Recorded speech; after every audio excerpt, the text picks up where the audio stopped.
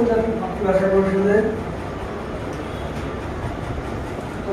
সাহিত্য সম্মেলনকে স্বাগত। মঞ্চে উপস্থিত অতিথিদের আমার নমস্কার। আমি আমার প্রথম দিন যেহেতু আগরতলায় হচ্ছে আগরতলা জন্মটা শহর তলিতে হলেও বেড়ে ওঠা ছবির মধ্যে ছোট্ট ঐতিহাসিক সরকার জানা।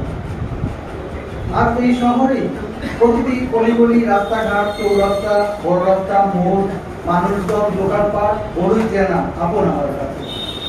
এই শহরেই শৈশব, কৈশোর, যৌবন পেরিয়ে কখন যে প্রৌঢ়ত্বের শেষ সীমায় পৌঁছে গেছি তা আমি নিজেই জানি না। ছোটবেলায় বাবার আঙুল ধরে প্রথমবারের মতো শহর আগরতলাকে চেনা। রাজবাড়ি, কামান চৌমনি, হুসেন সাহেব কামান, motor stand, post office Chowmani, post office আর ৭১-এর যুদ্ধে জেতা ভারতীয় সেনাবাহিনীর দেওয়া উপহার, আমেরিকায় তৈরি পাকিস্তানি ব্যাটাল ট্যাঙ্ক, কামান, বটতলা, তার বিখ্যাত বটগাছ, ঐতিহাসিক উমাকান্ত একাডেমি, সঙ্গে খেলার মাঠ, ভিএম হাসপাতাল, সিসি বাংলা আর মালব্য নিবাস চেনা হয়েছিল আমার সেদিন। তারপরে একটা সময় কখন জানি না পাখিদের মতো একা একা উঠতে শেখা, প্রথমবারের মতো বাবার হাত ছেড়ে শহরের ব্যস্ততম রাস্তায় বেরিয়ে পড়া আমার আর সকলেরই মতো। আর এই শহরেই সেদিন আবার চিনিয়েছিল আমার ভালোবাসার মানুষটাকে, আর সুযোগ করে দিয়েছিল সকলকে লুকিয়ে চিরকুটে প্রথম প্রেম নিবেদন করতে।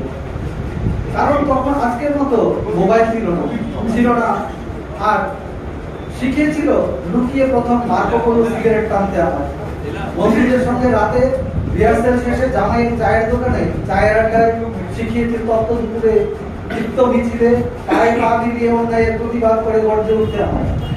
৫, ১০, ১৫, ২০ পয়সার শহরের এই প্রান্ত থেকে ওই প্রান্তে টাউন বাসে যাতায়াত করতে, রূপসী, চিত্রকথা, রূপছায়া আর সূর্যগড়ের ম্যাটিনি, ইভিনিং শো আর সেকেন্ড শো সিনেমা দেখতে, ন্যাশনস, জলজ, অশোকা, অম্বর, গুজরাট, নির্মলায় কাটানো সুখের দিনগুলো এখন সোনালী অতীত স্বপ্ন।